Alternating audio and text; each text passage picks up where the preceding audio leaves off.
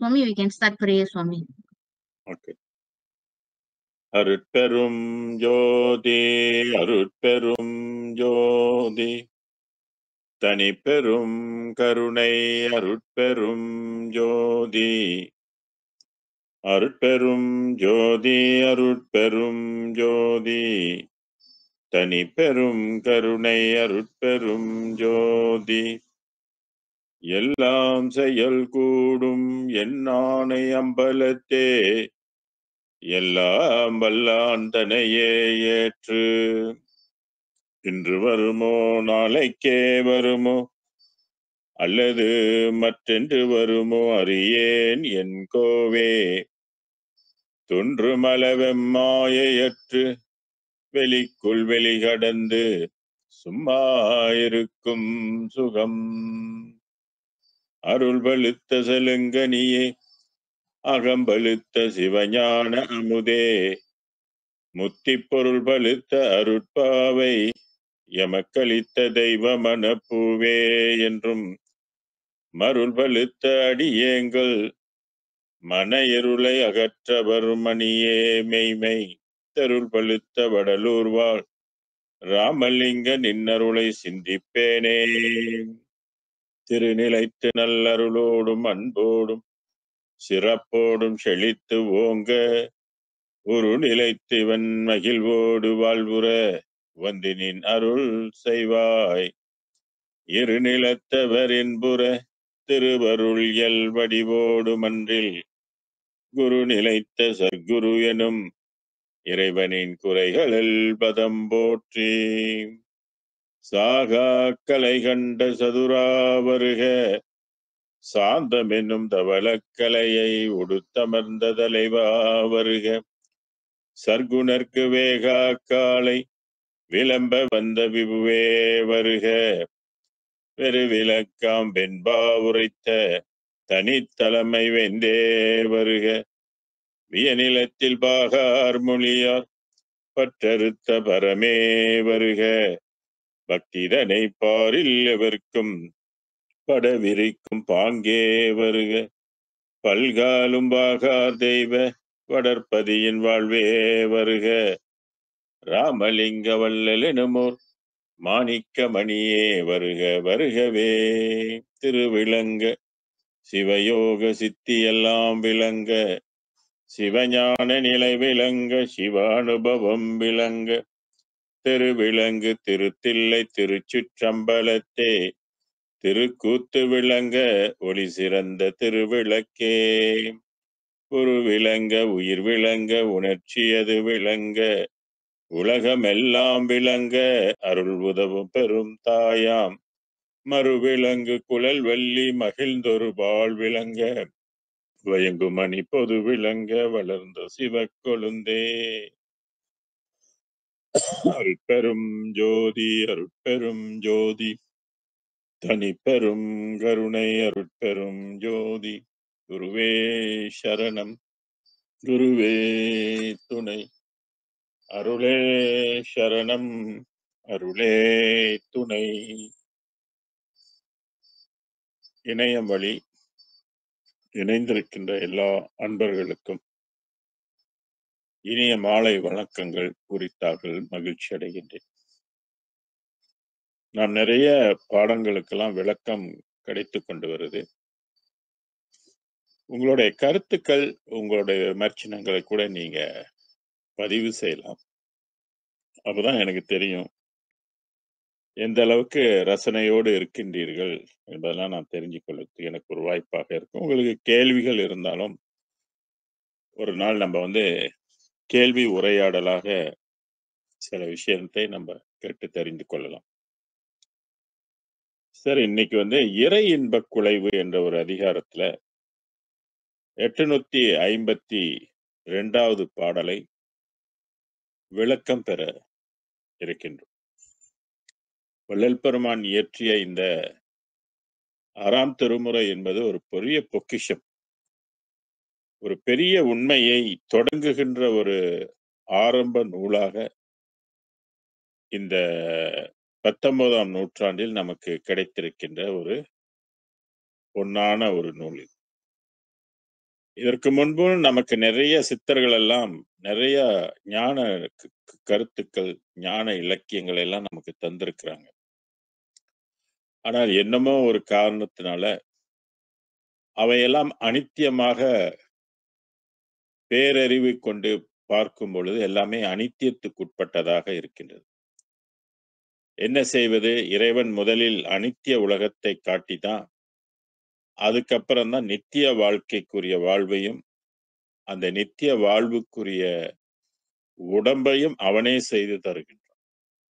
அவனுடைய படைப்புல எண்ணிலா கோடிக்கணக்கான உடம்பு வகைகள் இருக்கு. அண்ட கோடி காணும் கண்கள் ஏதியே அறிந்தேன் அங்கையில் உள்ள செய்தியே பிண்ட கோடி காணப் பெற்று அப்படின்னு மெய்யருள் வியப்புல இந்த பாடல் இருக்கும். நின்னையே பேசி பேசி வியக்கின்றேன் நின் பெருமை தன்னையே. சோ உண்மையான இறைவனுடைய பெருமையை நம்ம அறிய வேண்டும் என்றால் நமக்கு 6ஆம் திருமுறை தான் தக்க துணையான நூலாக இருக்கு. தமிழ்ல சொல்லவே வேண்டாம். அவ்வளோ இலக்கிய நூல்கள், ஞான நூல்கள் இருக்கின்றன. அவைக்கெல்லாம் மகுடம் வைத்தது போல் இந்த 6ஆம் திருமுறை நமக்கு கிடைத்திருக்கின்றது. நாம் செய்த பாக்கியம். அப்படியாப்பட்ட ஒரு ஞான நூலுக்கு என்னால் இயன்ற ஒரு சிறு விளக்கத்தை நான் கொடுப்பது, நான் இறைவனுக்கு பல கோடி நன்றிகள் உரித்தாக்கிக் கொள்ள விரும்புகின்றேன். அதை கேட்கின்ற பாக்கியம் பெற்ற நீங்களும் உண்மையிலே புண்ணியம் செய்திருக்கின்றீர்கள். உலகில் 700 கோடி மக்களுக்கு மேல வாழ்கின்றார்கள். ஆனா அவர்களுக்கெல்லாம் கிடைக்காத ஒரு அரிய பொக்கிஷமான இந்த ரகசியம் பரம ரகசியம் என்று சொல்வேன். பிரம்ம ரகசியம், சிவ ரகசியம், 3வது பரம ரகசியம். இந்த பரம ரகசியம் என்ற ஒரு ரகசியத்தை கொண்டிருக்கின்ற நூல் தான் இந்த 6ஆம் திருமுறை. இந்த 6ஆம் திருமுறையுடைய கருத்துக்களை நாம் கொள்முதல் பண்ணுவது நம்ம உய்வதற்கு பெரும் துணையாக இருக்கும். இப்ப வள்ளலாருக்கு முன்பு உள்ள ஞானியர்கள்லாம் அவர்களெல்லாம் எப்படி அந்த ஞான நிலையை அடைந்திருக்கிறார்கள்? 10வது அறிவை பெற்றிருக்கிறார்கள். பரசிவ உலக வாழ்க்கை எப்படி இவர்களாம் அடைந்தார்கள் என்பதை பற்றி உங்களுக்கு ஓரளவுக்கு தெரியும். அதற்குரிய வாசி பயிற்சியை கொண்டு மூலாதாரத்தில் இருக்கின்ற கனல், மூலாதாரத்தில் இருக்கின்ற ஒளி, மூலாதாரத்தில் இருக்கின்ற உயிர், இதை வசப்படுத்தி தான் அடைந்திருக்கிறார்கள் என்று நமக்கு தெள்ளத் தெளிவாக தெரிகின்றது. ஆனா வள்ளலார் அப்படி அல்ல. வள்ளலாருக்கு அருட்பெருஞ்சோதி ஆண்டவர் தானே வழிந்து அவரை ஆட்கொள்கின்றார். அருட்பெருஞ்சோதி ஆண்டவர் என்பது பெருங்கருணை கடவுள். அந்த கடவுள் இந்த 19ஆம் நூற்றாண்டில் தான் அதுவாக முன் வள்ளல் பெருமானை ஆட்கொண்டு கொள்கின்றது என்பதை நாம் புரிந்து கொள்ளணும். மான் முதல வழக்கெல்லாம் தீர்த்தருளி தான் முதலாய் என்னுள்ளமே சார்ந்தமர்ந்தான் என்ற ஒரு வரி இதை மெய்ப்பிக்கின்றது. ஆக இந்த பாடலின் பணி தானே தயவால் அப்படின்னு சொன்னார். இறைவனுடைய பெருங்கருணையினால் அவன் வள்ளலார் பால் கொண்ட கருணையினால் வள்ளலார் எந்த ஒரு முயற்சியும் இன்றி இறைவன் தானாகவே அவருக்கு தர வேண்டியதையெல்லாம் தருகின்றான்.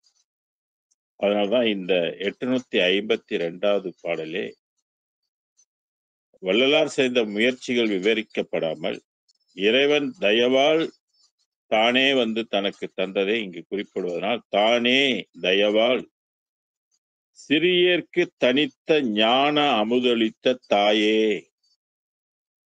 இறைவன் அருட்பெருஞ்சோதி ஆண்டவர் எல்லா உயிர்களுக்கும் உற்ற தாயாகவும் உற்ற தந்தையாகவும் விளங்குகின்றார். ஆனா அவருக்கு நம்மள போல மூக்கு கண்ணு அல்ல பரசிவனுக்கு இருக்கிறது போல மூக்கு கண்ணு காதெல்லாம் கிடையாது. அது ஒரு ஒளியாக விளங்குகின்றது. வெளியாகவும் ஒளியாகவும் விளங்குகின்றது. அதை வள்ளல் பெருமான் தாய் தன்மை அதற்கு உண்டு, தந்தை தன்மையும் அதற்கு உண்டு. அதுவே தாய், அதுவே தந்தை. இருந்தாலும் நமக்கு சைவ சித்தாந்தத்துல வள்ளலாருக்கு முன்பு உள்ள மரபு இறைவனை வந்து ஆண் உருவமாகவும் பெண் உருவமாகவும் நமக்கு தாயாகவும் தந்தையாகவும் வடிவம் கொடுத்து வழிபட வைத்திருக்கிறார். ஏன்னா ஒளிநிலை தத்துவத்தை வந்து அது வந்து அருளாளர்களுக்கு மட்டும்தான் விளங்கும்.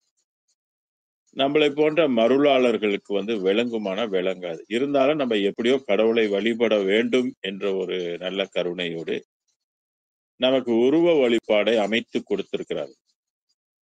நாம் அதுவே முடிவு என்று இல்லாமல் நாம் உருவமாக பார்க்கின்றதெல்லாம் ஒளியாகவும் வெளியாகவும் விளங்குகின்றது என்று நாம் கருத்தில் கொள்வது சிறந்தது. இல்லைன்னா நமக்கு வந்து பல கேள்விகள்லாம் எழும்பக்கூடும். இறைவன் நம்மளை போல மூச்சு விட்டு கொண்டு இருக்கிறாரா அப்படின்ற ஒரு கேள்வி வந்துடும் மனித உருவத்தில் அவனை வைத்தீங்கன்னாக்க. அதனால மனித உருவம் கடந்த நிலையில இறைவன் பேரொளியாக எங்கும் நீக்கமற நிறைந்து விளங்குகின்றான். அப்படியேப்பட்ட இறைவன் வள்ளல் பெருமானுக்கு அமுதம் ஊட்டி அவரை வளர்க்கிறார். அமுதம் உண்டு வளரணும். அந்த அமுதம் இதுவரையில யாருக்கும் கிடைக்காதது, யாருக்கும் கொடுக்கப்படாத ஒரு நிலை அமுதம் அது. அது அமுதம் உண்டால் சப்ளிமெண்டரியில நம்ம எடுக்க வேண்டிய அவசியமே இல்லை. நம்மளுடைய நோய்கள் எல்லாம் 4448 வகை நோய்கள் உடம்புல இருந்தாலும் எல்லாம் பறந்து போகும். கேன்சர் போன்ற நோய்கள் எல்லாம் கொஞ்சம் கூட இடம் இருக்காது வளர்வது. எல்லா நோய்களும் அது வந்து நீங்கும். இருதயம் சீராக இயங்கும். பிளட் பிரஷர் இதெல்லாம் வராது. அப்படியாப்பட்ட ஒரு மருந்து, அமுதம் என்ற மருந்தை வள்ளல் பெருமானுக்கு இறைவன் அளித்ததாக இந்த பாடல்ல வந்து கொடுக்கிறார். அதான் தனித்த ஞான அமுதளித்த தாயே. இறைவன் தாயாக இருந்து அவருக்கு அமுதத்தை, இந்த அமுதம் எங்க இருக்குன்னு கேட்டீங்கன்னாக்க, இது வந்து எல்லாம் வான்வெளிகள்ல இருக்கக்கூடிய அமுதம். நம்மளுடைய அறிவுக்கோ நம்மளோட கண்ணுக்கோ இதெல்லாம் தெரியாது. ஞானக்கண் உள்ளவங்களுக்கு மட்டுமே தெரியும். இந்த ஒரு அமுதம் மட்டுமல்ல, ஏகப்பட்ட அமுத வகைகள் எல்லாம் விண் உலகத்துல இருக்குது. அகவல்ல நம்ம படிக்கிறோம் இல்லையா? ஐவகை அமுதம், அறுவகை, எழுவகை, எண்வகை, நவவகை அமுதம், பண்புள்ள மற்ற அமுத வகையெல்லாம் எனக்கு அளித்த பண்புடை தாயேன்வர். இப்ப பூலோகத்துல வந்து ஒரு குழந்தை பிறந்தால் எப்படி அந்த தாய் மூலமாக பால் ஊட்டப்படுகின்றதோ, அதுபோல இந்த ஞானப்பாலை அருப்பெருஞ்சோதி ஆண்டவர் வள்ளலாருக்கு ஊட்டி வளர்த்தார் அப்படின்றது தான் இங்கே தனித்த ஞானம் அமுதளித்த தாயே, எல்லா சுதந்திரமும் தந்த கருணை என் தாயே. அதாவது மனிதனுக்கு எல்லா சுதந்திரம் கொடுக்கப்பட்டிருக்குதா அப்படின்னா கிடையாது. அல்லது மும்மூர்த்திகளுக்கும் ஐமூர்த்திகளுக்கும் எல்லா சுதந்திரம் கொடுக்கப்பட்டிருக்குதா அப்படின்னா கிடையாது. நவக்கோள்களுக்கு எல்லா சுதந்திரமும் கொடுக்கப்பட்டிருக்குதா அப்படின்னா கிடையாது. மத தலைவர்களுக்கு எல்லா சுதந்திரமும் கொடுக்கப்பட்டிருக்குதா அப்படின்னா கிடையாது. மற்ற சிறு தெய்வங்களுக்கெல்லாம் எல்லா சுதந்திரமும் கொடுக்கப்பட்டிருக்கா கிடையாது. அவரவர் குல தெய்வம்னு சொல்லி கொண்டு இருக்கிறார்களே, அந்த தெய்வத்துக்கு எல்லா சுதந்திரமும் கொடுக்கப்பட்டிருக்குதா அப்படின்னா கிடையாது. இப்படி எல்லா சுதந்திரமும் சித்தர்களுக்கு கூட எல்லா சுதந்திரமும் கொடுக்கப்பட்டிருக்கா அப்படின்னா கிடையாது. ஆனால் வள்ளல் பெருமானுக்கு மட்டுமே அருப்பெருஞ்சோதி ஆண்டவர் தன்னுடைய சுதந்திரம் முழுவதையும் அவருக்கு வந்து கொடுத்திருக்கிறார்.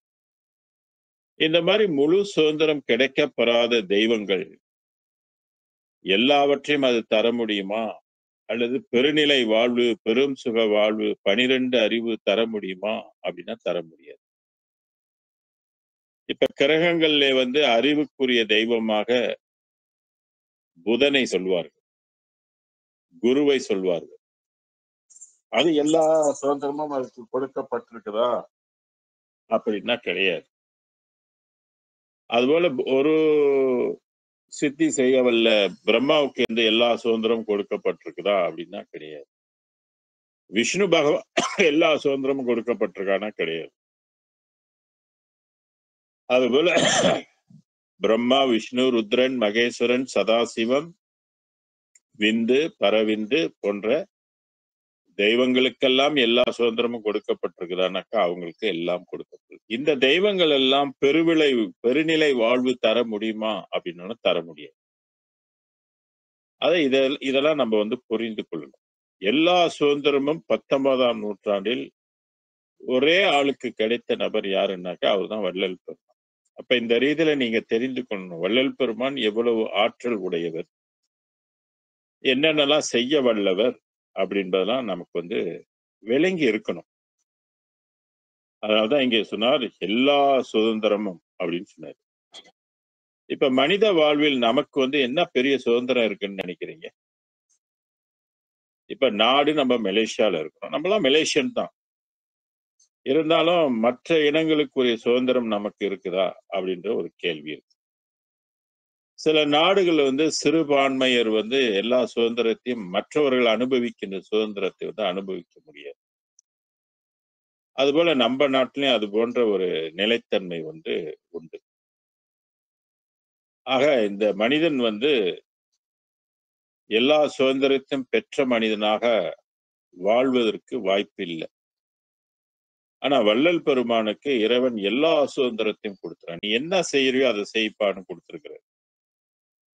அது ஒரு அந்த அந்த சுதந்திரம் விவரிக்க முடியாது. அவ்வளவு மிகப்பெரிய ஒரு வாய்ப்பை வள்ளல் பெருமான் தவ வலிமையினால் இறைவனுகிட்ட இருந்து அதை பெற்றுக்கொண்டு விட்டார்.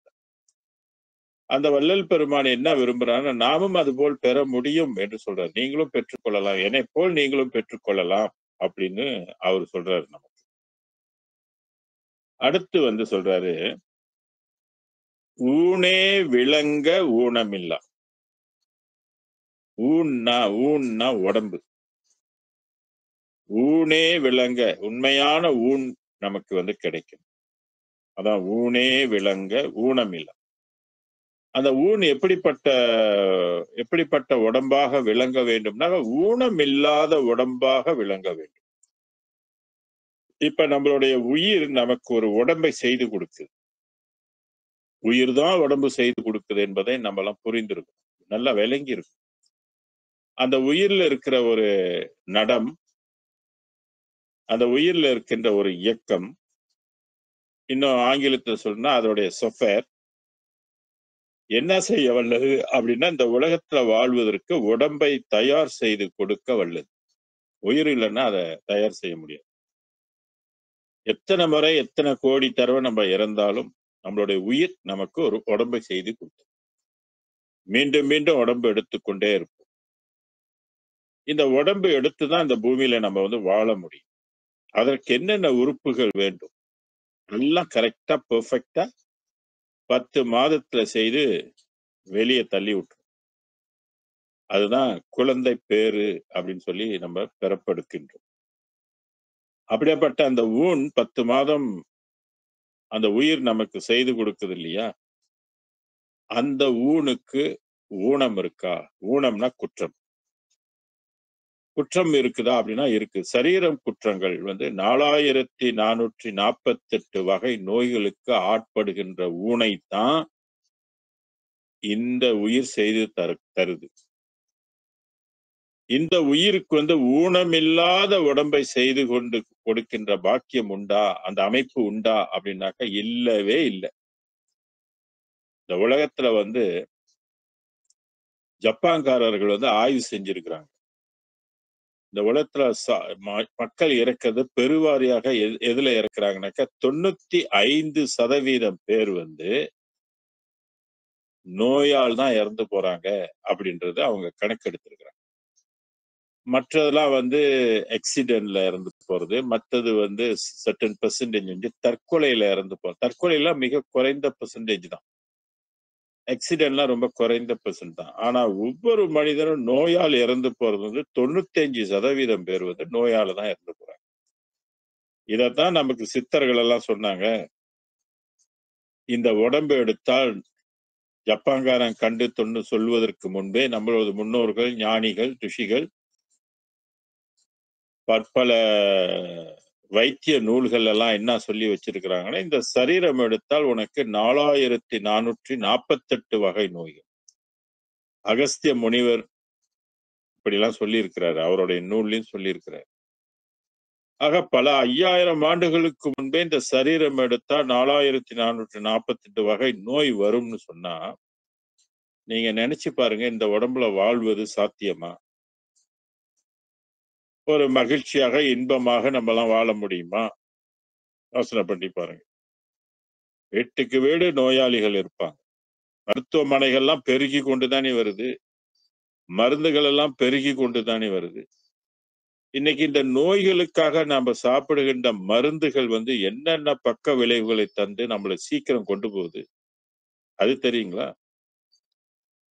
பல மருந்துகள் வந்து பெட்ரோலியம் அதனால் செய்யப்படுது. பெட்ரோலியம் மூலம் செய்யப்படுகின்றன. இது நம்ம மனிதனுடைய வாழ்வை, இரத்தத்தை, சுகத்தை, ஆரோக்கியத்தை எல்லாமே கெடுத்து விடும்.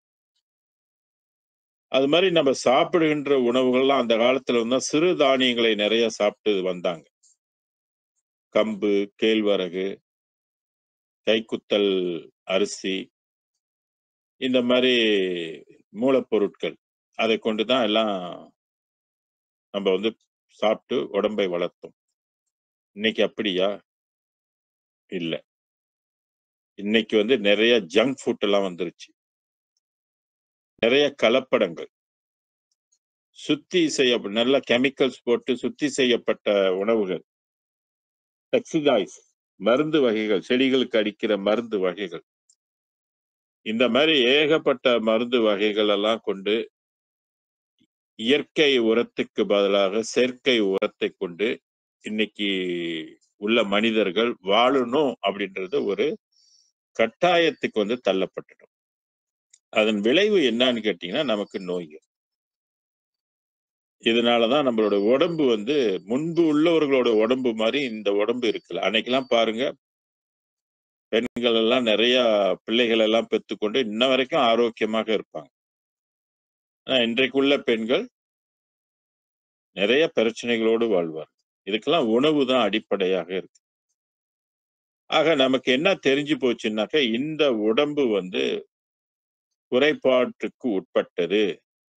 கர்ம வினைகளுக்கு உட்பட்டும் சில நோய்கள் வரும். சாதாரணமாலே நம்ம உடம்பு 4448 வகை. பத்தாததுக்கு இந்த கர்மத்தினால நம்ம பிறருக்கு செய்த கொடுமைகள், பாவங்கள், பெற்ற சாபங்கள், இதன் மூலமாகவும் நமக்கு பல தீர்க்க முடியாத நோய்களுக்கும் ஆட்பட்டு மரணத்தை வந்து தழுவுகின்ற நிலைக்கு தள்ளப்பட்டிருக்கு. ஆனா வள்ளல் பெருமான் இங்க சொல்றாரு, ஊனே விளங்கன்றார். ஊனமில்லா ஒளி பெற்று, ஊனமில்லாத ஒளி பெற்று. அப்ப ஒளி உடம்பு பெற்றால் அதுல ஊனம் இருக்காது, குற்றம் இருக்காது, குறைவு இருக்காதுன்னு சொல்றாரு. அதுல எந்த ஒளின்னு தெரிஞ்சுக்கணும். மற்ற ஒளிகளை சொல்லல. ஆனா மற்ற ஒளிகள் வாழ்வுக்கும் நம்மள போல இந்த 4048 வகை நோய்கள் வந்து இருக்காது. அந்த ஒளி மங்கும், குறைந்து போகுமே ஒழிய அதுல நோய் இருக்குன்றது இல்ல. ஆனா நம்ம உடம்புக்கு மட்டும்தான் ஏகப்பட்ட நோய்கள். அதே நேரத்துல என்றும் இயற்கையான ஒரு ஒளி உடம்பு, நித்தியமான வாழ்வு, நித்தியமான அழியாத ஒரு உடம்பு, நோயில்லாத ஒரு உடம்பு கிடைக்கிறதுக்கு வாய்ப்பு உண்டானா இருக்கு. ஆனால் அதை எந்த ஒளி செய்து கொடுக்க முடியும், எந்த உயிர் செய்து கொடுக்க முடியும் அப்படின்னு கேட்டீங்கன்னாக்க, வள்ளல் பெருமான் அடிச்சு சொல்றாரு, சத்தியம் பண்ணி சொல்றாரு, அருட்பெருஞ்சோதி ஆண்டவர் என்ற உயிரால் முடியும்ன்ற. அது எல்லா உயிர்களுக்கும் தாயான உயிராக இருக்குது, தந்தையான உயிராக இருக்கு. உயிருக்கு என் உயிரே என்று 6ஆம் திருமுறையில நீங்க படிச்சீங்கன்னாக்க பல்வேறு இடத்துல இருக்கும். அந்த அந்த வரியெல்லாம் நீங்க பொறுக்கி எடுத்து வச்சுக்கணும். எங்கெங்கெல்லாம் உயிருக்கு உயிரே, உயிருக்கு உயிரே என்ற சொல்லை பயன்படுத்துறாரு அப்படின்றத நீங்க பார்த்தீங்கன்னா தெரியும். நான் படிச்சதுல நிறைய இடத்துல வந்து என் உயிருக்கு உயிரே என்று அருட்பெருஞ்சோதி ஆண்டவரை வந்து புகழுகின்றார், பாடுகின்றார். அதனால்தான் அருட்பெருஞ்சோதி என்ற உயிர் அவருக்கு செய்து கொடுத்த அந்த உடம்பை பெருமான் மெச்சுகின்றார்.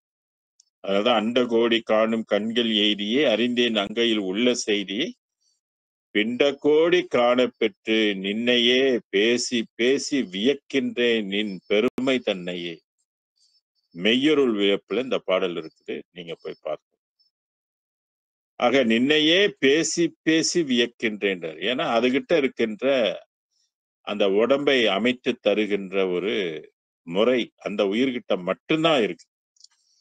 அப்ப இந்த விஷயம் தெரிஞ்சுக்கிட்டாக்க நமக்கு யாரை வழிபடணும், நமக்கு உண்மையான வாழ்வு வேணும், இந்த மரணமில்லா பெருவாழ்வு வேணும் அப்படின்னு சொன்னா அருட்பெருஞ்சோதி ஆண்டவரை தவிர்த்து வேறு ஆண்டவர்கள் கொடுக்க முடியாது. சிவபெருமான்லாம் கொடுக்க முடியாது, முருகப்பெருமான் கொடுக்க முடியாது, பிள்ளையாரெல்லாம் கொடுக்க முடியாது, மத தலைவர்கள் எல்லாம் கொடுக்க முடியாது, மும்மூர்த்திகள் கொடுக்க முடியாது, நவக்கோள்கள் கொடுக்க முடியாது. இப்படி யாரும் கொடுக்க முடியாத ஒரு தகுதியான ஒரு உடம்பை அருட்பெருஞ்சோதி ஆண்டவரால் மட்டுமே நம்ம பெற முடியும் என்ற ஒரு இதுதான் பரம ரகசியம் என்று நான் சொல்லுகின்றேன்.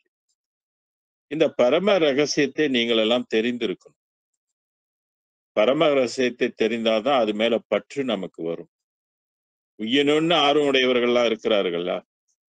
போதுண்டாப்பா சாமி, இந்த வாழ்வு இதுல இருந்து நம்ம தப்பிச்சு போயிடணும் அப்படின்ற சில பேருக்கு அறிவு வேலை செய்யுது இல்லையா? அந்த போன்றவங்களுக்கு இதுதான் நல்ல ஒரு மார்க்கம் இறைவன் கொடுத்திருக்கிறார். பார்க்க போனா இதை அப்பயே கொடுத்திருக்கணும், பல ஆயிரம் ஆண்டுகளுக்கு முன்பே கொடுத்திருக்கணும். ஆனால் அவர் அதை அப்படி கொடுக்கல. முதல்ல பொய் வாழ்க்கையெல்லாம் கொடுத்துட்டு அதுல அதிமட்டமான பொய் வாழ்க்கை வந்து நம்ம வாழ்ற வாழ்க்கை தான். நேற்று இருந்தவன் இன்னைக்கு இல்லைன்னு சொல்லக்கூடிய ஒரு வாழ்வுல நம்ம வாழ்ந்துகிட்டு இருக்கிறோம். ஒரு மயக்கத்துல வாழ்ந்துகிட்டு இருக்கிறோம். மயக்க வாழ்வு இது. உண்மையான வாழ்வு இது இல்லை. அதான் அகஸ்திய முனிவர் கூட சொல்வார், இதெல்லாம் உண்மையான வாழ்வு இல்லைன்னு அவரும் பாடியிருக்கிறார். வாழ்வதுதான் பேரின்ப வாழ்வே வாழ்வு, வையகத்து வாழ்க்கையெல்லாம் மசகமாகும். மசகம்னாக்க துன்பம்னு அர்த்தம். வாழ்வதுதான் சக்தி சிவம் ரெண்டில் நின்று வளர்ந்த உடல் வாழ்க்கையெல்லாம் வாழ்க்கையாகும். இப்ப வாழ்க்கைக்கு டெபினேஷன் கொடுக்கிறாரு. சக்தி சிவம் இரண்டில் நின்று வளர்ந்த உடல் வாழ்க்கையெல்லாம் வாழ்க்கையாகும். அப்ப மூச்சு பயிற்சியை கொண்டு மூலக்கணலை எழுப்பி கருப்பிடித்து வளர்கின்ற வாழ்வுதான் அவரு சொல்ற வாழ்வு. அதுக்கு 8-2 என்ற பெயரையெல்லாம் அவங்க கொடுத்து சொல்லுவாங்க. இதெல்லாம் சித்தர்கள் கிடைத்த ஒரு வாழ்வு நிலை. ஆனா சன்மார்க்கம் சொல்லுகின்ற வாழ்வு வேறு. அதான் இது சுத்த சன்மார்க்கம் துளங்க என்னை ஈன்றானே என்று வள்ளல் பெருமான் குறிப்பிடும். இறைவன் அருட்பெருஞ்சோதி ஆண்டவர் நினைக்கிற இந்த உலகத்துக்கு நம்ம சுத்த சன்மார்க்கம், சமய மதங்களை எல்லாம் கடந்த ஒரு மார்க்கத்தை உலகத்துக்கு கொடுக்கணும். அதை மக்கள் புரிந்து கொண்டு அதன் வழியில கடைபிடித்து இவங்கெல்லாம் உண்மையான வாழ்வுக்கு வருவதற்கு அந்த பிரபஞ்சம், பெருங்கருணையான பிரபஞ்சம் தயவு காட்டியிருக்கு. தயவு இப்பதான் பொழிஞ்சிருக்கு. அதனால இந்த வாய்ப்பை நம்மலாம் பயன்படுத்தி கொண்டால் நம்மலாம் புத்திசாலி. இந்த வாய்ப்பை நழுவ விட்டோமா நம்ம முட்டாளு, திருப்பி திருப்பி இங்கேயே கடந்துகிட்டே கிடக்கணும். அதுதான் ஊனமில்லா ஒளி பெற்று அப்படின்னு சொன்னார். நம்மளுடைய உடம்பு ஊனமானது. அந்த ஊனமான உடம்பு நிலையில்லாது, ஆக்சிஜன்ல நம்பி வாழுது, உணவை நம்பி வாழுது. உணவு இல்லைன்னாலும் மாண்டு போவோம், காற்று இல்லைனாலும் மாண்டு போவோம், தண்ணி இல்லைனாலும் மாண்டு போவோம். ஆக இந்த மூன்றும் மிக மிக முக்கியமானது. அடுத்து பல நோய்கள் வந்தாலும் மாண்டு போவோம்.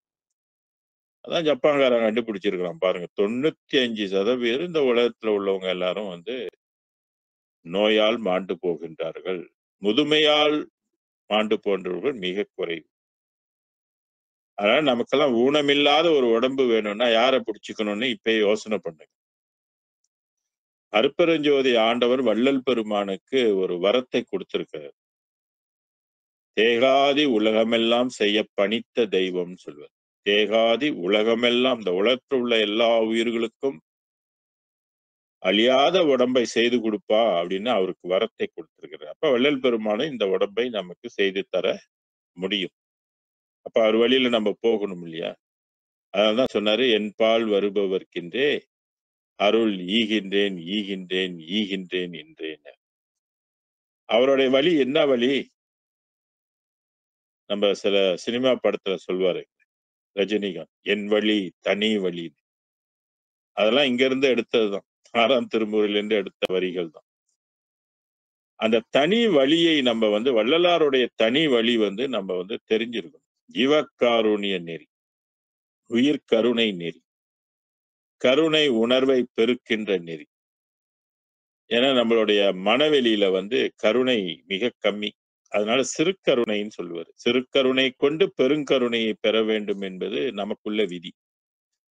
அதனால்தான் மற்ற பூஜைகளை விட ஏகப்பட்ட பூஜைகள் கோயில்ல நடக்குது இல்லையா? இறைவனுக்காக நடத்தப்படுகின்றது இல்லையா? சில காரிய சித்திக்காக நடத்தப்படுகின்றது. இதுக்கெல்லாம் மிக உயர்ந்த ஒரு பூஜையாக ஜீவகாருண்யம் என்ற ஒரு உயிர்களுக்கு கருணை கண்டு அந்த உயிர்களுக்கு போய் நன்மை செய்யுங்க. பிள்ளைங்களுக்கு படிக்கிறதுக்கு வாய்ப்பு இல்லையா? படிக்கிறதுக்கு பணம் கொடுங்க. புத்தகம் வாங்குறதுக்கு காசு இல்லையா? அந்த ஏழை பிள்ளைகளுக்கு புத்தகம் வாங்கி கொடுங்க. போட்டு போறதுக்கு ஷூ இல்லையா? ஷூ வாங்கி கொடுங்க. பிள்ளைங்க புக்கெல்லாம் வச்சுக்கிறதுக்கு பேக் இல்லையா? பேக் வாங்கி கொடுங்க. மழை வந்தா கொடை இல்லையா? கொடை வாங்கி கொடுங்க. பேனா பென்சில் இல்லையா? பேனா பென்சில் வாங்கி கொடுங்க. பிள்ளைகளுக்கு இதெல்லாம் செய்யுங்க. ஏழை பிள்ளைகளுக்கு செய்யுங்க. காலையில பசியார் இல்லையா? பசியார் வாங்கி கொடுங்க. மத்தியான சாப்பாடு இல்லையா? சாப்பாடுக்கு ஏற்பாடு செய்யுங்க. ராத்திரிக்கு சாப்பாடு இல்லையா? சாப்பாடு வாங்கி கொடுங்க. இப்படி ஏதாவது எந்த முயற்சியாவது செய்து ஏழை எளியவர்களுடைய துன்பத்தை தீர்ப்பதுதான் உண்மையான கடவுள் வழிபாடு என்று இறைவனே நமக்கு கொடுக்கின்றார் இந்த மார்க்கத்தில். இந்த மாதிரி செய்கின்ற ஒரு வழிபாடு இருக்கு இல்லையா? இதற்குடைய லாபம் வேற எந்த பூஜையிலையும் நீங்க பெற முடியாதுங்க. ரிக்கு வேதத்துல ஏகப்பட்ட யாக வகைகள் இருக்கு. யாக பூஜைகள் இருக்கு. இன்னைக்கு கோயிலெல்லாம் விசேஷம்னா யாக பூஜை தானே. கும்பாபிஷேகம்னா யாக பூஜை தானே முக்கியம். அதுக்கெல்லாம் இது ஈடு இணையாகாது. அவ்வளவு பெரிய ஒரு பலனை, லாபத்தை அருட்பெருஞ்சோதி ஆண்டவர் அவங்களுக்கு கொடுக்கிறாரு.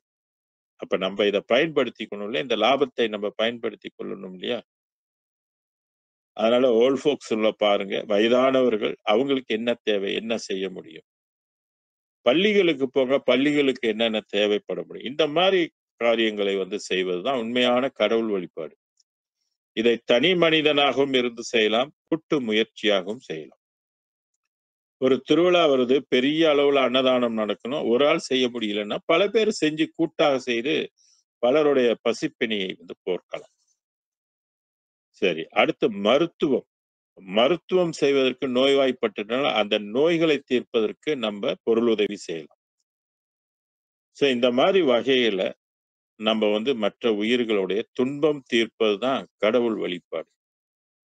ஒரு ஞானமும் இல்லாம இருக்கிறாங்களா? அவங்களுக்கு வந்து ஞானத்தை போதித்து பக்தியை வளர்க்கலாம். இறைவன் ரொம்ப விரும்புவார்.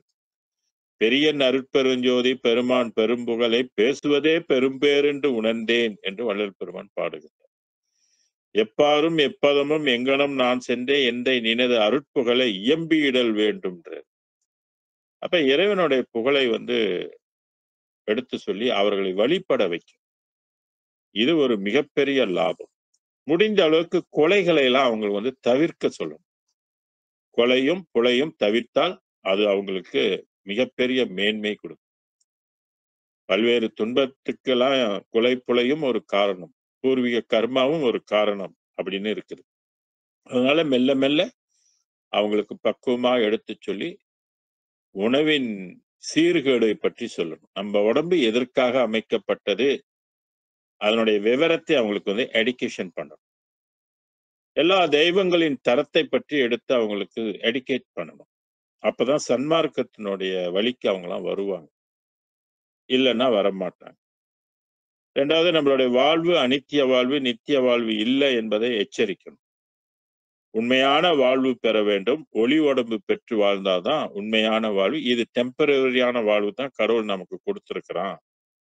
இந்த உயிருக்கு ஒளி உடம்பு செய்கின்ற தன்மை இல்லை. அதனால நம்ம மாற்று உயிரை வணங்கி பெற வேண்டும். அது வந்து நம்மளோட கலந்தால்தான் நம்மளுடைய உடம்பு இந்த அன்ன உடம்பே ஒளி உடம்பாக மாறும். வள்ளலாருக்கு மாறி இருக்கு இல்லையா? அருட்பெருஞ்சோதி ஆனேன் என்று அறையப்பா முரசுன்றார் இல்லையா? அதான் இங்க சொன்னாரு, ஊனமில்லா ஒளி பெற்ற எல்லா உலகமும் என் உடைமையாய் கொண்ட அருள் நிலை மேல் உற்றேனர் குந்தன் அருளாளி. எல்லா உலகமும் அவருடைய உடம்பே ஒரு இன்டர்நேஷனல் பாஸ்போர்ட் மாதிரிங்க. இப்ப நம்ம வந்து இன்டர்நேஷனல் பாஸ்போர்ட் எடுக்கிறோம் இல்லையா, அந்த மாதிரி எடுத்தா எந்த உலகத்துக்கும் நாட்டுக்கும் நம்ம வந்து போவதற்கு அனுமதி உண்டு. நம்ம ஐசியை வச்சுட்டு நீங்க வெளிநாட்டுக்கெல்லாம் போக முடியாது. அது அது ஏற்றுக்கொள்ளப்படாது. நம்ம நாட்டுக்குள்ள ஐசி ஓகே. ஆனா வெளிநாட்டுக்கு போகணும்னாக்கா நமக்கு வந்து தனி பாஸ்போர்ட் வேணும். இப்ப விண்ணுலகத்துல எல்லாம் அந்த மாதிரி பாஸ்போர்ட்லாம் கிடையாது. அவங்களுக்கு அந்த உடம்பு அமைஞ்சிரும். இப்ப அருட்பெருஞ்சோதி அமைச்சு கொடுத்துச்சுன்னா அந்த உடம்பு, அது எல்லா உலகத்துக்கும் போய் போறதுக்கும், வாழ்வதற்கும், பார்க்கறதுக்கும், அங்க உள்ளவங்கள பேசுறதுக்கும், அந்த மாதிரி ஒரு அமைப்பை வந்து அந்த உடம்புக்கு வந்து உண்டு. அததான் வள்ளலார் சொன்னாரு, எல்லா உலகமும் என் உலகம் ஆயினேன்றார். அவர் எந்த உலகத்துக்குள்ளேயும் போக முடியும். பித்ரு லோகத்துல கூட போய் பித்ருவாசிகளை கூட அவர் சந்திக்க முடியும். இப்ப நம்ம முன்னோர்கள்லாம் இறந்து போயிட்டாங்களே, எல்லாம் பித்ரு லோகங்கள்ல தான் இருப்பாங்க. சில பேர் பிறப்பு எடுத்திருப்பாங்க, சில பேர் பிறப்பு எடுத்திருக்க மாட்டாங்க. நீங்க வள்ளல் பெருமான்ட்ட பிரார்த்தித்து அவங்களுக்கு நல்ல ஒரு பிறப்பு கொடுப்பா, நீ ஹெல்ப் பண்ணு அப்படின்னு சொன்னாக்க, வள்ளல் பெருமான் நினைச்சாருனாக்கா அந்த உலகத்துல அந்த ஆத்மாவை தேர்ந்தெடுக்க முடியும், வந்து பிறப்பு கொடுக்க முடியும். அது படைக்கும் ஆற்றல் வள்ளல் பெருமானுக்கும் உண்டு. அது மாதிரி எந்த உலகத்துல போய் பிரம்மலோகத்துக்கு வள்ளலார் போகணுமானா பிரம்மாவை போய் சந்திக்க முடியும், விஷ்ணுவை போய் சந்திக்க முடியும், ருத்ரனை சந்திக்க முடியும், மத வெளிகள்ல போய் மத குருமார்க்கரை எல்லாம் அவர் சந்திக்க முடியும். அந்த மாதிரி ஒரு உடம்பு வந்து இந்த அருட்பெருஞ்சோதி ஆண்டவர் சொல்லி கொடுக்குறார். அதான் எல்லா உலகமும் சொல்றாரு பாருங்க, ஒளி பெற்று எல்லா உலகம் என் உடைமையினர். என் உடைமைனா சொத்து. உடைமைனாலே சொத்துன்னு அர்த்தம். என் சொத்து, எல்லா உலகமும் என்னுடைய சொத்துன்றார், என்னுடைய உடைமைன்றார். உடைமையாய் கொண்டு அருள்நிலை மேல் உற்றேன்றார். அருள்நிலை, உண்மையான அருள்நிலை, பூரண அருள்நிலை, நித்திய அருள்நிலை. அருள் என்பதற்கு கருணை நிலை என்றும் ஒரு பொருள் உண்டு.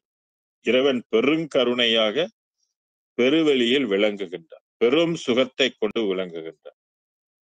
அதனால உடைமையாய் கொண்ட அருள்நிலை மேல் உற்றேன் உந்தன் அருளாளினர்.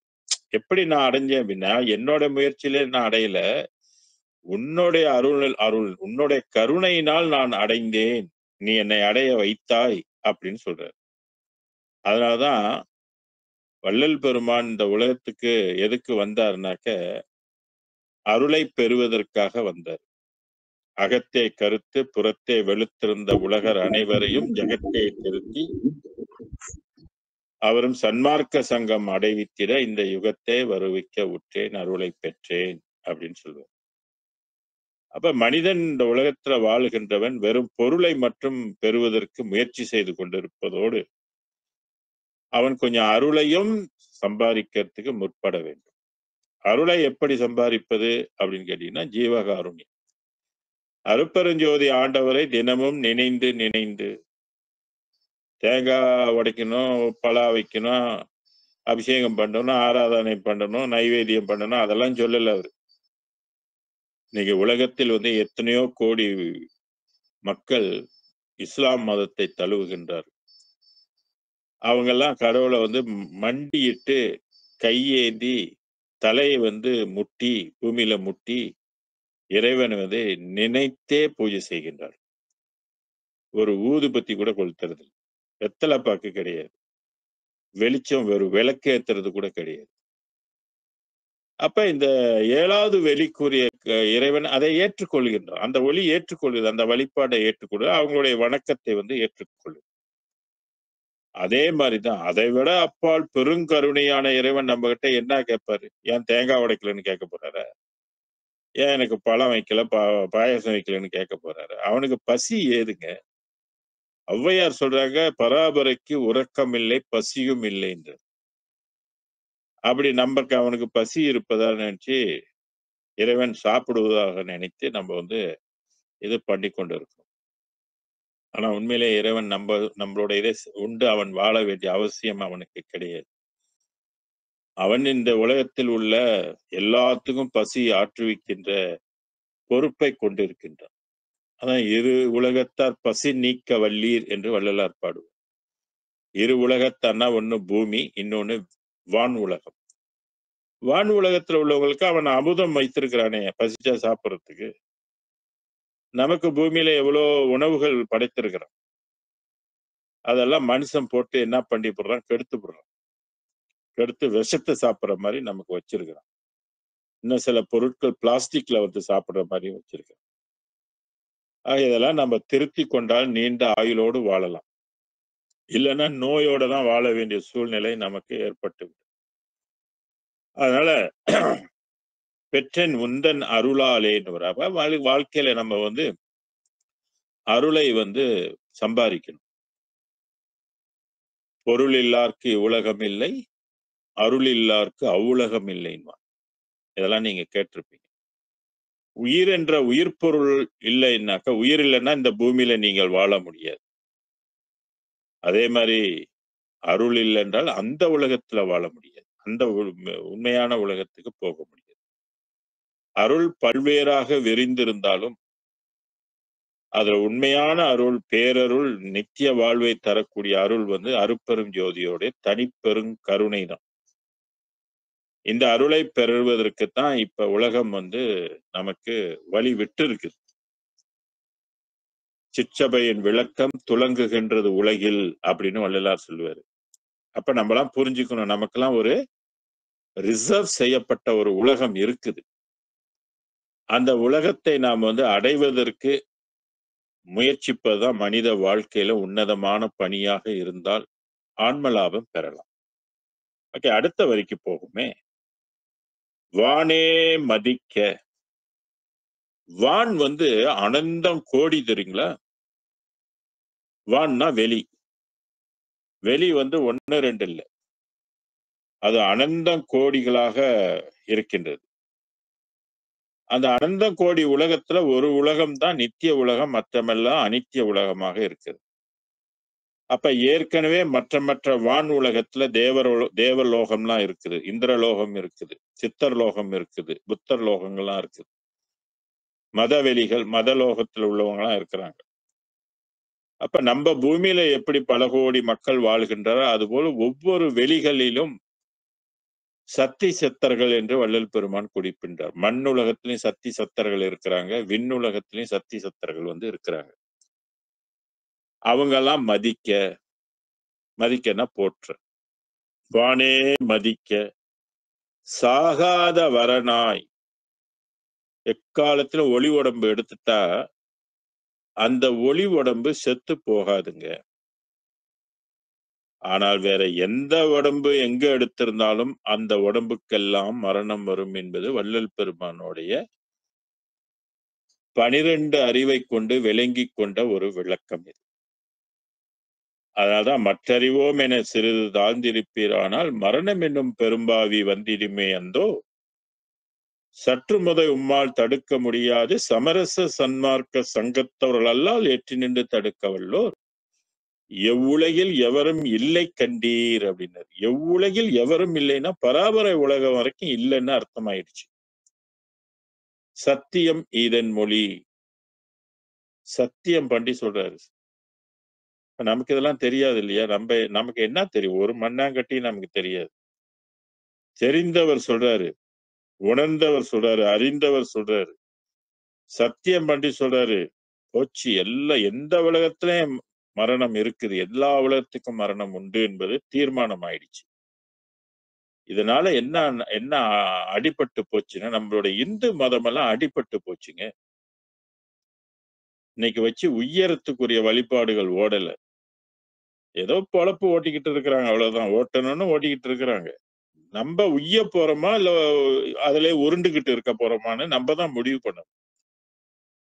நம்ம மதங்களை நம்பி இனிமேல நம்ம உய்ய முடியாது. அது காலம் முடிஞ்சு போச்சு. பராபர உலகத்தை தான் நம்ம சித்தர்கள் சொன்னாங்க. அவங்களே மீண்டும் பிறந்து நித்திய வாழ்வுக்கு போற காலம் பிறந்துருச்சுன்னும் போது நீங்க என்ன பண்ண போறீங்க திருப்பி?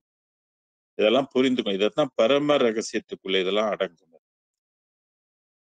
வானே மதிக்க சாகாத வரனாய். வள்ளல் ஒரு பெருமான் மட்டும்தான் அருட்பெருஞ்சோதி ஆண்டவரால் உருவாக்கப்பட்ட பிள்ளை. அதனால்தான் பேருலகெல்லாம் மதிக்க தன் பிள்ளை என்று பெயரிட்டு அழைத்து சீரூர செய்தது பாரு திருச்சிற்றம்பல திருநட ஜோதினர். இந்த பேருலகம் எல்லாம் மதிக்க அப்படின்றதுதான் இங்க வானே மதிக்க அப்படின்ற ரெண்டும் ஒரே பொருள். வான் அனந்தம் கோடின்னு சொல்லிட்டா அப்ப அனந்த கோடியில உள்ள சக்தி சத்திரங்களாம் மதிக்க சாகாத வரனா எல்லாம் வல்ல சித்தே வயங்க. வயங்கன்னா கொடுக்க. எல்லாம் வர சித்தனை எல்லாம் வல்ல செய்யக்கூடிய அறிவு அவருக்கு. சித்துகள் எல்லாம் அவருக்கு கை கூடும். வயங்க உனை உட்கலந்து கொண்டேன். உனை உட்கலந்து கொண்டேன் அப்படின்னு இறைவன் சொல்றாரு. இறைவன் தான் அவர் உள்ளுக்கு வந்து கலந்து கொண்டாரு. வகுக்கும் தொழிலே முதல் 5. முதல் 5 தொழில் இருக்குது. படைத்தல், காத்தல், அழித்தல், மறைத்தல், அருளல். இதுதான் 5 தொழில் அப்படின்னு சொல்லக்கூடிய முதல் 5 தொழில். ஆனா அருட்பெருஞ்சோதியோட 5 தொழில் என்னன்னு கேட்டீங்கன்னாக்க, இப்ப பிரம்மா செய்யற தொழில்கள்லாம் ருத்ரன் செய்யறது, விஷ்ணு செய்யறது இதெல்லாம் அவங்களுக்குள்ள தொழில்கள். இங்கே உனை கலந்து கொண்டு வகுக்கும் தொழிலே முதல் 5 என்று சொல்லக்கூடியது மேல்நிலையிலிருந்து செய்யக்கூடிய, கீழ்நிலையில செய்யக்கூடிய 5 நிலைகள் உண்டு. மேல்நிலையிலிருந்து செய்கின்ற 5 தொழில்கள்ல வந்து இது வந்து உயிர்களை வந்து கொல்லாத ஒரு நெறி, கொல்லாத தெய்வம். அதான் கொல்லா நெறியே குருவருள் நெறி என பல்கால் எனக்கு பகர்ந்தமை சிவமே அப்படின்னு சொல்லுவோம். இதுக்கு வந்து 5 தொழில்ல சில பேர் என்ன சொல்லிக்கிட்டு இருப்பாங்க, அழித்தலும் செய்யும் அப்படின்னு நினைச்சுக்கிட்டு இருக்காங்க. ஆனா இது அழித்தல் இது செய்யாது. இது வந்து அழித்ததுக்கு பதிலா என்ன செய்யும்னாக்கா பக்குவம் வருவிக்கும். இந்த தெய்வத்தை வணங்க வணங்க நம்ம சீக்கிரம் பக்குவம் பெறும். உய்வதற்கு இந்த பிறவி பிணி இருக்கு இல்லையா, அந்த பிணியிலிருந்து விடுவதற்கு நம்ம சீக்கிரமாக நமக்கு ஆன்ம பக்குவத்தை வந்து கொடுக்கும். பக்குவம் இல்லாத உயிர்கள் வந்து கடவுளை அடைய முடியாது. முக்தி மோட்சம்லாம் பெற முடியாது. அதுக்கு பக்குவம் வேண்டும். அந்த பக்குவத்தை தரக்கூடியவராக இந்த அருட்பெருஞ்சோதி ஆண்டவர் விளங்குகின்றார் என்பதை நாம் வந்து புரிந்து வைத்திருக்கோம். அதுதான் வகுக்கும் தொழிலே முதல் 5 சொன்னார். முதல் 5 அப்புறம் மற்ற 5 இருக்குது. நானே புரிகின்றேன். புரிதல் நானோ நீயோ நான் அறியேன்றார். நானே புரிகின்றேன். நானே இந்த 5 தொழில் செய்வது போல இருக்குது. நானே இந்த 5 தொழிலை நடத்தின படைத்தல், காத்தல், பக்குவம் அறிவித்தல், அருள் செய்தல் அப்படின்ற ஒரு 5 தொழிலையும் நானே புரிவது போல நான் உணர்கின்றேன் அப்படின்னு சொல்றாரு.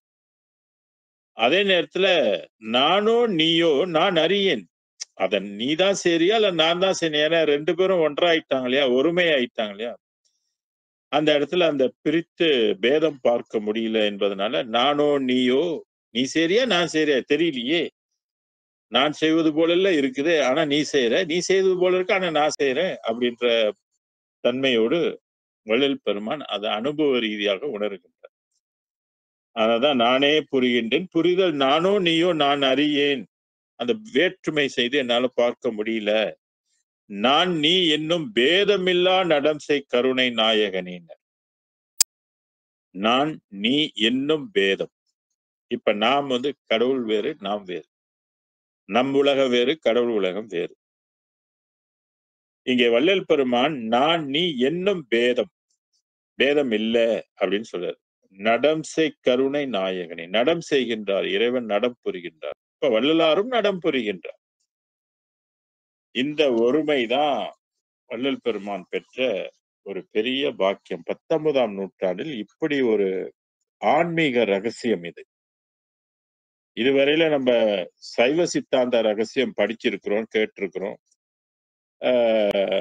படங்கள் எல்லாம் சில கதைகள் எல்லாம் கேட்டிருக்கிறோம்.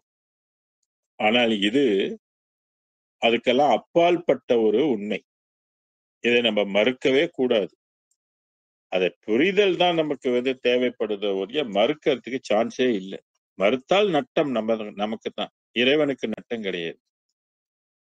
அதனாலதான் நம்ம வந்து இந்த பிறவியை வந்து சரியாக பயன்படுத்திக் கொள்வதற்கு அருட்பெரும் ஜோதி ஆண்டவர் இட்ட வழியில அவர் காட்டிய வழிகள்ல ஜீவகாருண்ய ஒழுக்கத்தை, ஜீவகாருண்யமே கடவுள் வழிபாடு, அறிவு விளங்கிய ஜீவர்களுக்கெல்லாம் ஜீவகாருண்யமே கடவுள் வழிபாடு என்று அறிய வேண்டும்னு வள்ளலார் சொல்வார்.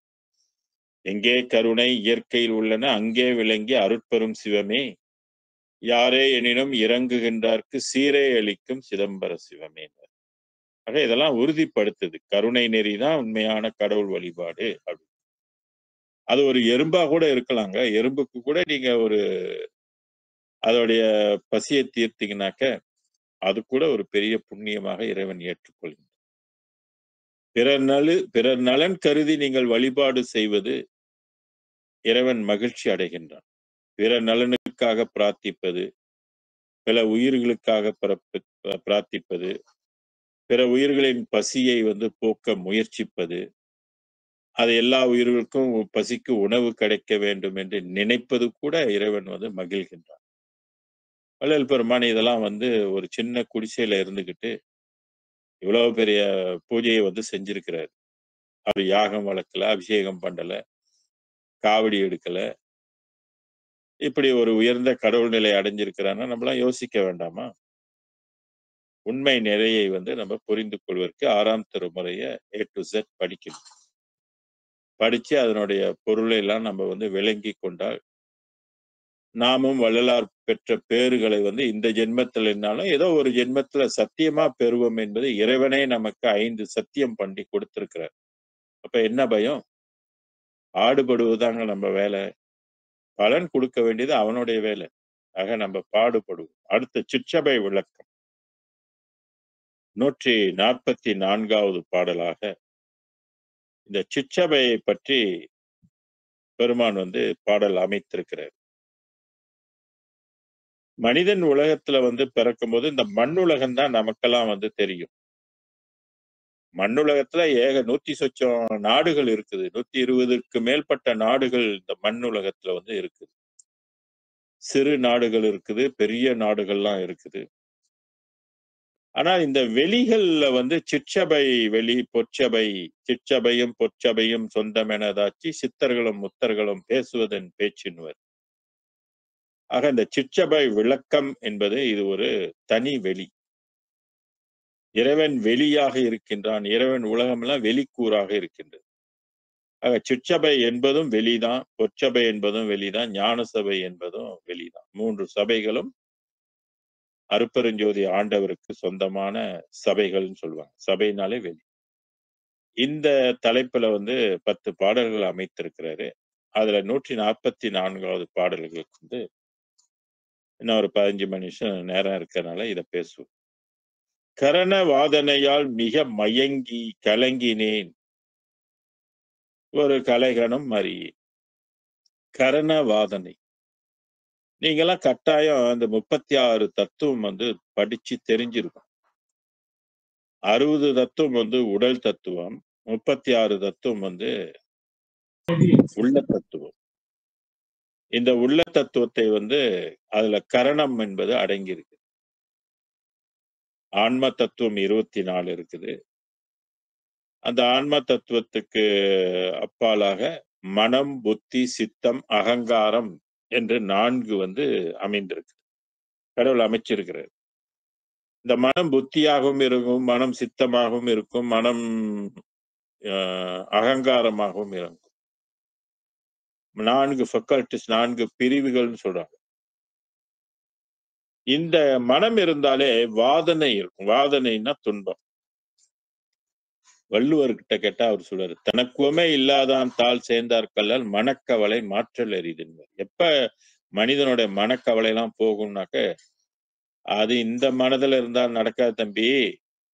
நீ இந்த வெளியில போய் உன்னோட மனம் விண் உலகமாக மாறணும். விண் உலக வாழ்க்கைய போனா தான் உனக்கு வாதனை இருக்காது. அது வரைக்கும் நீ பஞ்ச தத்துவத்துக்குள்ள இருந்தா உனக்கு பஞ்ச வாதனைகள் வரும். அதனால உனக்கு துன்பங்கள்லாம் ஏற்படும் அப்படின்னு சொன்னாரு. அதனால கரண வாதனை, மனம். கரணம் என்றாலே மனதை குறிக்கும். அந்த கரணங்கள் என்று அதற்கு பெயர். அந்த கரணங்கள் 4: மனம், புத்தி, சித்தம், அகங்காரம். அகங்காரம் என்பது நான் என்ற ஒரு உணர்வு. அப்ப இந்த 4 அடிப்படையில வாதனையால் மிக மயங்கினாக்க நம்மளாம் தடுமாறி இருக்கின்றோம். உண்மை புரியாது மயக்கத்துல இருக்கின்றோம் என்று பொருள்.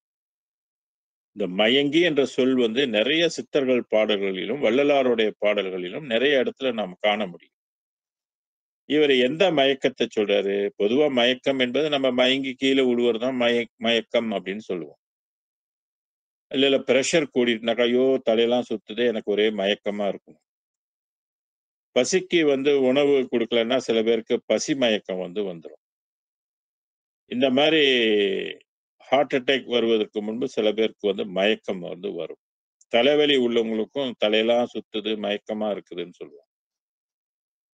உடம்புல டீஹைட்ரேட் ஆனா கூட மயக்கம் வந்துரும். மயக்கம் பல கூறுகள்ல நம்ம பார்க்கலாம், அனுபவிச்சிருக்கலாம்.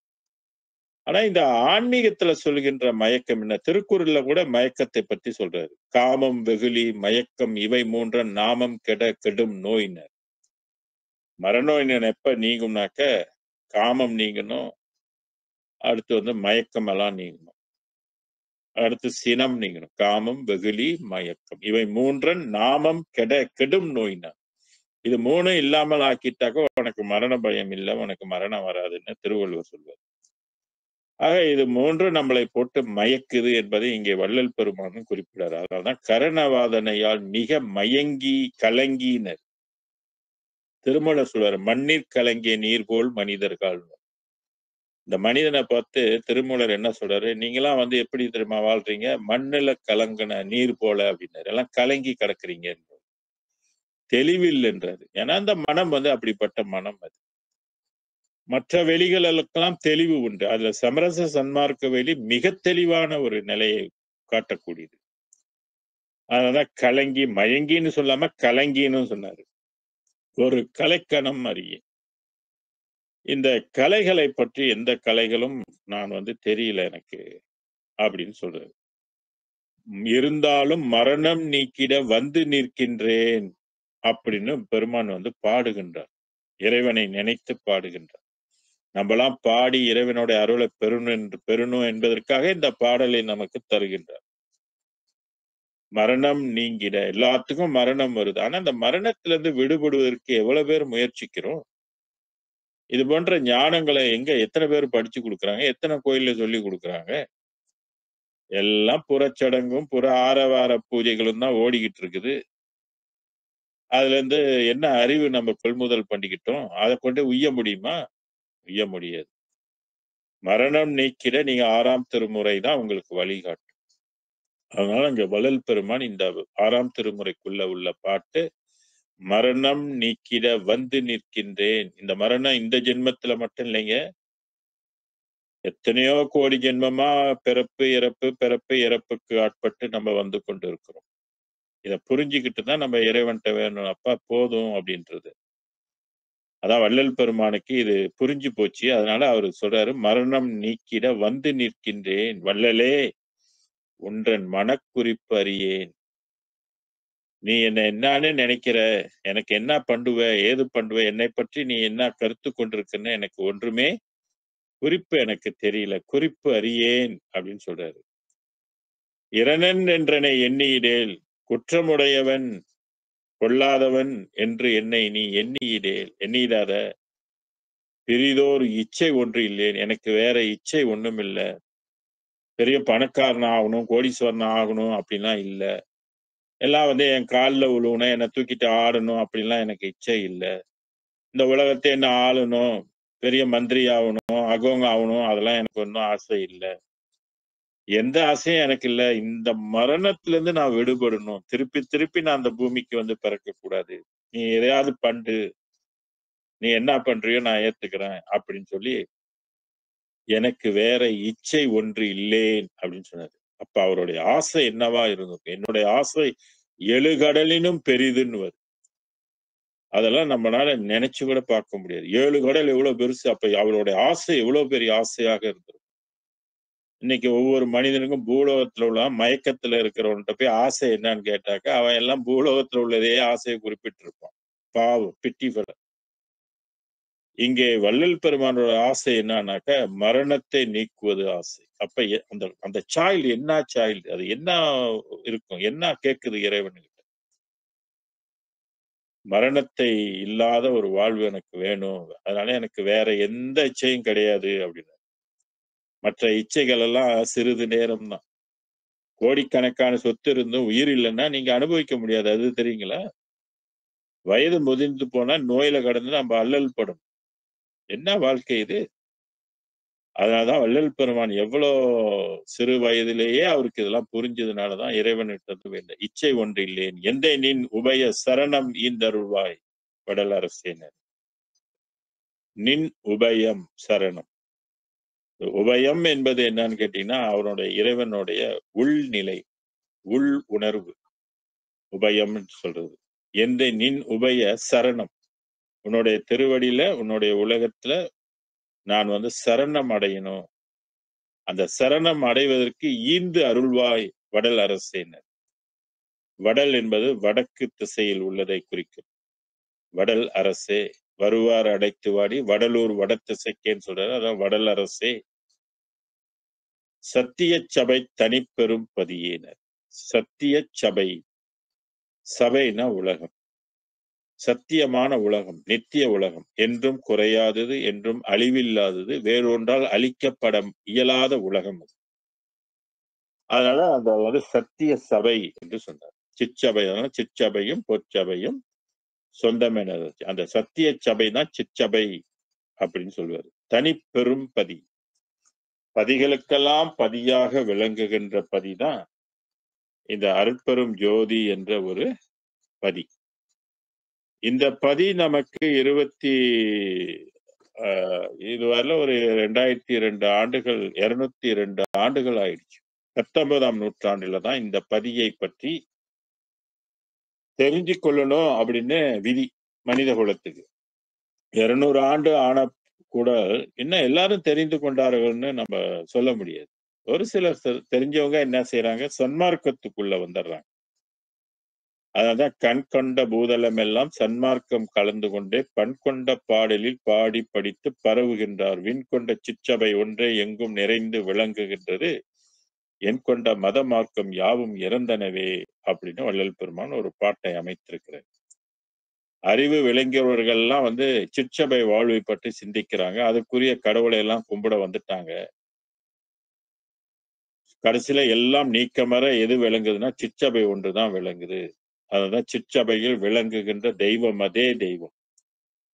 அருஜோதி தெய்வம் என்னை ஆண்டு கொண்ட தெய்வம், அம்பலத்தில் ஆடுகின்ற ஆனந்த தெய்வம், இருட்பாடு நீக்கி ஒளி ஈந்தருளும் தெய்வம், எண்ணிய நான் எண்ணியவார் எனக்கு அருளும் தெய்வம், திருப்பாடல் வந்தனையும் சிவமாக்கும் தெய்வம், சிற்றபையில் விளங்குகின்ற தெய்வம், அதே தெய்வம், அருட்சோதி தெய்வம் என்னை ஆண்டு கொண்ட தெய்வம் அப்படின்னு சிற்றபையில் விளங்குகின்ற தெய்வம் அதுதான் தெய்வம்.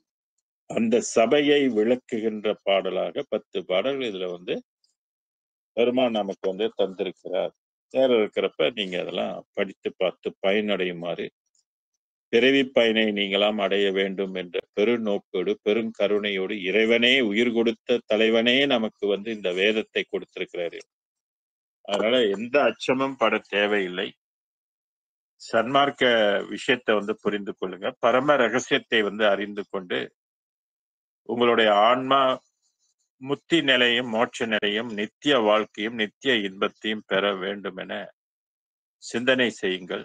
அருட்பெருஞ்சோதி ஆண்டவர் அருள் புரிவார் என்று சொல்லி இந்த பாடலோடு நிறைவு செய்து அடுத்த வாரம் உங்களை மீண்டும் சந்திக்கின்றேன். நன்றி, வணக்கம், வாழ்க. அருட்பெரும் ஜோதி அருட்பெரும் ஜோதி தனிப்பெரும் கருணை அருட்பெரும் ஜோதி கொல்லா நெறியே உலகமெல்லாம் ஓங்குக, எல்லா உயிர்களும் இன்புற்று வாழ்க, வள்ளல் மலரடி வாழ்க வாழ்க. சர்க்குருநாதா சர்க்குருநாதா சன்மார்க்க சங்கம் தலைக்க அருள்தாதா. திருவரு பிரகாச வல்லலா தெய்வ திருவடிகளே சரணம். அருட்பெரும் ஜோதி அருட்பெரும் ஜோதி தனி பெரும் கருணை அருட்பெரும் ஜோதி குருவே சரணம். குருவே துணை, அருளே சரணம், அருளே துணை. நன்றி, வணக்கம். நன்றி சுவாமி. நன்றிங்க ஐயா. நன்றிங்க சுவாமி. நன்றிங்கய்யா. மிக்க நன்றி ஐயா. நன்றிங்க ஐயா. நன்றி நன்றி நன்றி சார்.